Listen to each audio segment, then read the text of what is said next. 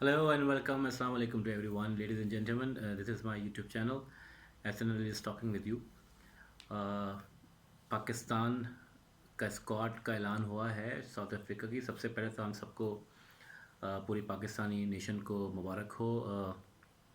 पाकिस्तान की सरज़मीन पर क्रिकेट की बहाली हुई है। पिछले साल PSL हुआ, उसके बाद से जो इंटरनेशनल टीम्स आने शुरू हुई हैं तो काफ़ी बेहतरी हो गई है। जिम्बाब्वे का टूर और श्रीलंका का टूर और बांग्लादेश का टूर और नाउ फाइनली वो एक वन जायंट टीम जिसकी हम तलाश थी वो भी अब आज लैंड कर चुकी है पाकिस्तान में। And they are right now in Karachi. South Africa की team finally in Karachi in Pakistan.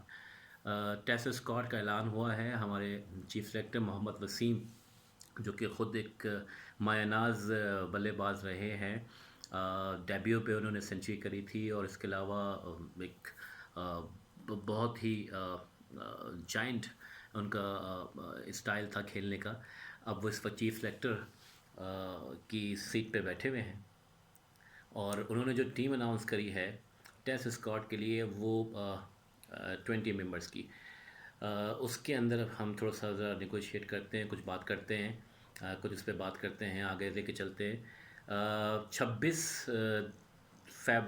जनवरी 26 इंशाल्लाह कराची के अंदर नेशनल स्टेडियम में international series with south Africa शुरू हो जाएगी। पहला टेस्ट खेला जाएगा और उसके लिए जो 20 अरकान की जो पाकिस्तान टीम ऐलान हुआ है उसमें से भी 4 मेम्बरान को कट डाउन किया जाएगा। 16 जो खिलाड़ी होंगे हमारे वो फाइनल स्क्वाड के अंदर जाएंगे। लेकिन काफ़ी अच्छे और काफ़ी यूनिक नेम हमें देखने में आ रहे हैं इस दफ़ा। मैंने देखा है कि पिछले जो स्क्वाड है उसमें काफ़ी जो न्यूजीलैंड का टूर हुआ है जो कि बड़ा डन एंड डस्टी था, उसके अंदर काफ़ी चेंजिंग हुई है। बहुत सारे खिलाड़ियों को ड्रॉप किया गया है, बहुत सारा न्यू ब्लड टीम के अंदर लाया गया है। Let's start with the openers. Abid Ali को सस्टेन किया गया है। Abid Ali the one who made the century both in ODI and Test cricket. He is the only one entire in the world जिसने टेस्ट और ODI के डेब्यू पे सेंचुरी करी थी। उसके बाद हमें कोई उनके ऐसी परफॉर्मेंस कोई खातिर खास देखने में नहीं आई है, लेकिन उसको सस्टेन किया गया है। Abid Ali is in the squad और Abdullah Shafique is still there. Abdullah Shafique ने एक फ़र्स्ट क्लास मैच खेला है, उसमें उन्होंने डेब्यू में सेंचुरी करी थी। कोई फ़र्स्ट क्लास का उनका रिकॉर्ड नहीं है, लेकिन इस पे हम बात करते हैं इन 2-3 लोगों पे जो पे इमरान बट है। इसके अलावा इसका मतलब ये हुआ कि 3 ओपनर्स जो हमें दिए गए, इमामुल हक ड्रॉप हो गए हैं, शान मसूद ड्रॉप हो गए। तो Shan Masood who had a very bad tour of New Zealand. Last 3 मैचों में इनिंग्स के अंदर वो 0 पे आउट हुए हैं। इससे पहले उनकी कंजेक्टिवली 8-10 इनिंग्स के अंदर कोई ख़ास स्कोर नहीं रहा, लेकिन उससे पहले एक उनका बड़ा अच्छा रिकॉर्ड है, मुसलसल उन्होंने 3 सेंचुरी करी थी। अब जो है वो क्योंकि उनकी परफॉर्मेंस को इतनी ज़्यादा अच्छी नहीं रही तो उनको ड्रॉप कर दिया गया है। इमरान बट जो कि न्यूजीलैंड टूर पे भी थे, शाहीन पाकिस्तान शाहीन्स के साथ भी थे, उनको रखा गया है एज एन ओपनर। तो इसका मतलब ये हुआ कि एक ना एक ओपनर यकीनी तौर पे कोई डेब्यू करेगा, या तो इमरान बट करेंगे मोस्ट एक्सपेक्टेडली, या अब्दुल्ला शफीक करेंगे। मिडिल ऑर्डर बैट्समैन के अंदर या मिडिल ऑर्डर टीम के अंदर हमारे पास थोड़ा सा दम खम दिख रहा है। ऑल दो कि असद शफीक नहीं है। Asad Shafiq is very prominent batsman.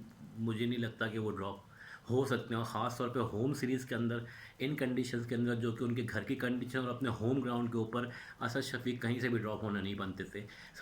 70s से ऊपर उनके टेस्ट हो चुके हैं। बहुत एक्सपीरियंस है, ऑल दो कि वो उतना उनका रोल नहीं रहा है पाकिस्तान के करंट विनिंग्स के अंदर, या करंट जो क्रिकेट के हालात चल रहे हैं उनके अंदर उनका इतना एक्टिव रोल नहीं रहा है। लेकिन anyways Asad Shafiq is no more. अब जो टीम मिडिल ऑर्डर के हमारे पास स्क्वाड ऐलान हुआ है उसके अंदर अज़हर अली है। Azhar Ali again a very promising cricketer, very promising team, और the one and only super star of the Pakistan and the world. World के अंदर भी उनका बड़ा नाम है, लेकिन पाकिस्तान क्रिकेट के अंदर इस वक्त जो एक ही सुपर स्टार है वो है जी Babar Azam. So finally he is back and he is back as an captain. Although कि he was announce a captain in New Zealand, लेकिन अपनी इंजरी की वजह से रिजवान को करनी पड़ी थी कैप्टनसी, और वो 33वें कप्तान बन गए। अब Babar Azam is going to be a 34th captain. Fawad Alam is there. मुझे उम्मीद है फ़वाद आलम इस दफ़ा और मज़ीद परफॉर्मेंस करेंगे कि जिस तरीके से उन्होंने न्यूजीलैंड में फ़र्स्ट टेस्ट की सेकंड इनिंग में उन्होंने सेंचुरी करी थी, बहुत ज़्यादा डिटोरिएट किया था, बहुत ज़्यादा उन्होंने कोशिश करी थी कि मैच को बचाने की, लेकिन ऑल कि वो नहीं बच पाया, 4-5 ओवर पहले ख़त्म हो गया था। लेकिन Fawad Alam is a very good character दिया। अच्छा, अब जो बाकी 3 नाम हैं वो न्यू हैं सारे। कामरान ग़ुलाम को लिया गया है। कामरान ग़ुलाम जो हैं वो इस वक्त उन्होंने कायद-ए-आज़म ट्रॉफ़ी में सबसे ज़्यादा रन्स स्कोर किए हैं। ये जो हमें 2020-21 का सीज़न किया है, द हाईएस्ट रन स्कोरर। और जो रिकॉर्ड था सादत अली का कायद-ए-आज़म ट्रॉफ़ी का, वो उन्होंने ब्रेक किया है। अबव 1200 रन के स्कोर, 12,000 उनके स्कोर है, और इसी परफॉर्मेंस की बुनियाद पर उनको लिया गया है। सलमान अली आगा को भी लिया गया है। He is a very good prominent domestic player, और उनको स्क्वाड में लिया गया है। इसके अलावा सऊद शकील आए हैं। सऊद शकील का बहुत नाम लिया जा रहा था।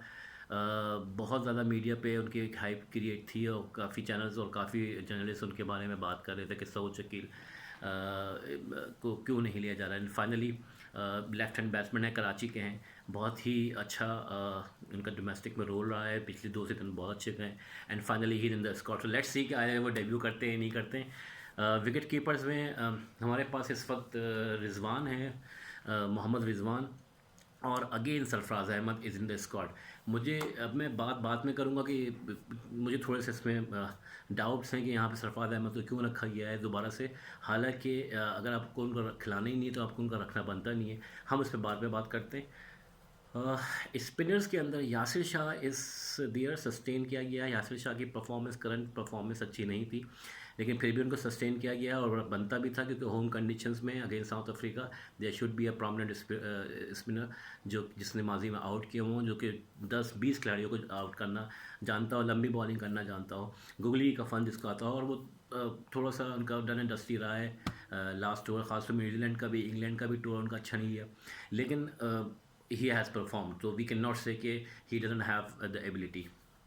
2 नए स्पिनर्स को डाला गया है। एक साजिद खान है, ऑफ स्पिनर हैं। बड़ा काल पड़ा हुआ है पाकिस्तान के अंदर ऑफ स्पिनर्स का। एक ज़माना था हमारे पास सकलैन मुश्ताक होते थे, तौसीफ़ अहमद होते थे, इसके अलावा बहुत सारे ऑफ स्पिनर्स गुजरे हैं, और सक्की की तो क्या बात थी, इन्होंने तो दूसरा। लेकिन अब बड़ा काल पड़ गया है। Everyone who is coming is almost a leg spinner. जितने भी हमारे साथ स्क्वाड में चल रहे हैं, साजिद खान ने इस सीज़न के अंदर सबसे ज़्यादा हाईएस्ट विकेट्स लिए हैं इस हालिया कायद-ए-आज़म ट्रॉफ़ी के अंदर, और इसी परफॉर्मेंस की बुनियाद पर उनको इस पाकिस्तान स्क्वाड के अंदर लिया गया है। नौमान अली, बहुत ज़्यादा हाइप थी इनकी, बहुत ज़्यादा बात की गई, और फाइनली नौमान अली जो कि पिछले 2 सीज़न में तकरीबन highest wicket, one of the highest wicket taking है। उन लेफ़्ट आर्म ऑफ बॉलिंग करते हैं, और लेफ़्ट आर्म स्पिन बॉलिंग करते हैं, और बहुत ही अच्छा इनका डोमेस्टिक रिकॉर्ड है। मोहम्मद वसीम ने इन पे भी नज़र करम करी है। अच्छा, फास्ट बॉलर्स में हमारे पास हारिस रऊफ़ को लिया गया है। That's a very interesting choice. Haris Rauf has not played a test. उनका जो रिकॉर्ड है वो वाइट बॉल के साथ बहुत ही ज़्यादा खूबसूरत रहा है। वाइट बॉल के बहुत ही एक्टिव, बहुत ही प्रोमिनेंट, बहुत ही ज़बरदस्त किस्म के बॉलर है, बहुत एनर्जी वाला बॉलर है, बाउंसर मारता है, स्लो बाउंसर मारता है, उसकी जो पेस है वो 150 प्लस है, इसका स्पिन बॉल बहुत अच्छा है, जो स्लो बॉल करता है वो बहुत अच्छा है। तो ही हैज़ वैरायटी, और उनको just because of the last performance, क्योंकि जो न्यूजीलैंड की पिचेस थी उनके ऊपर प्रॉब्लम रही है पाकिस्तानी बॉलर्स को, तो शायद इस वजह से अब्बास को ड्रॉप करके हारिस को रखा गया है।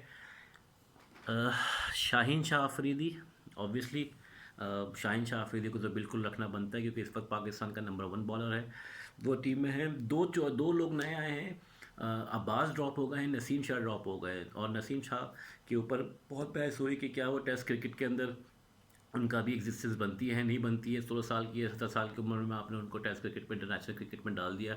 मसल्स उनके अभी इतने स्ट्रॉन्ग नहीं थे, उनको अभी इतना एक्सपोजर नहीं था, और उसके बाद उन्होंने शुरू में थोड़ी बहुत परफॉर्मेंस दिखाई, लेकिन बाद में वो रिटायरमेंट होना शुरू हो गए। तो उनको अभी सीज़न वगैरह खिलाएंगे शायद, आई थिंक उनको नेशनल हाई परफॉर्मेंस NHPC के अंदर उनको डाला जाएगा, और वहाँ पर आई थिंक उन पर कुछ वर्किंग होगी। लेकिन जो दो नए नाम आए हैं उनमें दोनों बड़े एनर्जी है। एक तो obviously very renowned Hasan Ali, the full of energetic, the full of energy, the very energetic. Hasan Ali के बारे में अभी जो हालिया हमारे कायद ट्रॉफ़ी हुई है, कायद आज़म ट्रॉफ़ी के अंदर उन्होंने जो उनकी टीम थी कायद आज़म ट्रॉफ़ी की, वो सबसे लास्ट पे थी। लेकिन उन्होंने अपनी जो उनकी कैप्टनसी थी, इस दफ़ा उन्होंने कैप्टनसी करी, उसके अंदर उन्होंने बहुत ही नीचे से टीम को उठाया और ट्रॉफ़ी शेयर करी कायद आज़म की ट्रॉफ़ी की। इसके अलावा जो फाइनल की परफॉर्मेंस है, हाईएस्ट विकेट टेकिंग भी है हसन अली इस दफ़ा, और बहुत ही ख़तरनाक लग रहा है कि वो इस दफ़ा आके जो है वो समथिंग एक्स्ट्रा ऑर्डिनरी करेगा। बैटिंग के स्किल्स उसने कायद ट्रॉफ़ी में दिखाए, 100 स्कोर किया फाइनल के अंदर, और बहुत एग्रेसिव किस्म की बैटिंग करी। तो बहुत ही, और वैसे भी हमें सबको पता है कि हसन अली का एग्रेशन, जो उनका जनरेटर स्टाइल है, वो तो सारी दुनिया में कॉपी होता है। तो in fact we are very hopeful Hasan Ali will perform well. Tabish Khan is finally inside in the squad. Tabish Khan के ऊपर बहुत बात की गई माजी में, शायद डोमेस्टिक क्रिकेट में सबसे ज़्यादा जो बात की गई है जिस बॉलर को लेने के लिए, वो ताबिश खान थे। कई सीज़न इंज़माम उल हक जब चीफ सेलेक्टर थे उस वक्त भी बात होती रही, उसके बाद मिसबाह चीफ सेलेक्टर रहे, उस वक्त भी बात होती रही, और अब फाइनली जब मोहम्मद वसीम ने फर्स्ट टीम स्क्वाड का ऐलान किया है, तो जो मुमकिन 20 खिलाड़ी हैं उनमें Tabish Khan at least finally he is in. 36 साल 35 साल उनकी उम्र हो चुकी है, ऑल्दो कि काफ़ी ज़्यादा उम्र है, लेकिन he knows how to make the batsman play and how to make them out. तो बहुत सीनियर कंपेनर है, बहुत ही ज़बरदस्त खिलाड़ी है, बहुत ही ज़बरदस्त इजाफा है पाकिस्तान टीम के अंदर। तो इस तरह का कुछ हमारे पास स्क्वाड ऐलान हुआ है कि अब इसमें 4 खिलाड़ी, जाहिर सी बात है जब स्क्वाड ऐलान होगा तो 4 खिलाड़ी जो निकलेंगे, वो मुझे लगता है कि जो हमारे 2 बैट्समैन हैं मिडिल ऑर्डर के, उनमें से कुछ शायद 2 को निकाला जाएगा। शायद सरफराज टीम में ना रहे। सरफराज के ऊपर मैं बात करना चाह रहा था। पाकिस्तान का कैप्टन रहा है, बड़ा ज़बरदस्त रिकॉर्ड रहा है। सरफराज ने बहुत ज़्यादा परफॉर्म करके दिया है, लेकिन अब अगर उसकी जगह नहीं बनती है, obviously Rizwan is playing wonderfully.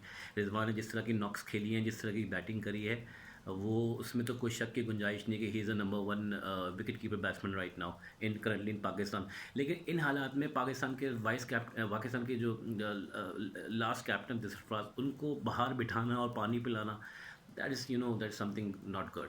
तो अगर वो नहीं बनते तो ठीक है। वी यूज़ टू सी कि मोइन खान, राशिद लतीफ़ दोनों एक साथ टीम में बहुत ही रेयरली रहे। एक बाहर बैट अगर होता था तो वो डोमेस्टिक खेलता था, वो तैयारी करके वापस आता था। तो Sarfaraz Ahmed could play with the same team, तो उनको मेरे ख्याल से टीम के रेस्ट करना चाहिए है। और जिस तरीके का स्क्वाड ऐलान हुआ है, उसमें फ्रेश ब्लड बहुत है।